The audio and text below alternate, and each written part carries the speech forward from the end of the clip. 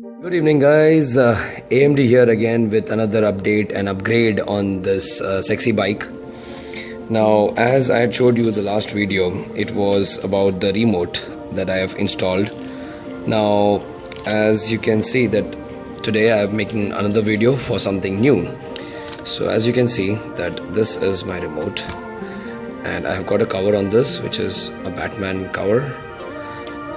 I don't know how to show you this. Okay, this is the Batman cover, and you remove it, and then this unlock, and then you unlock, you then start it.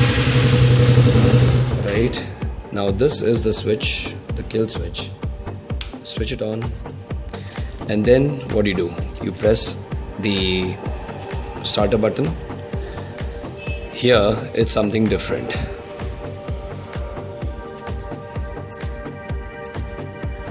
Press this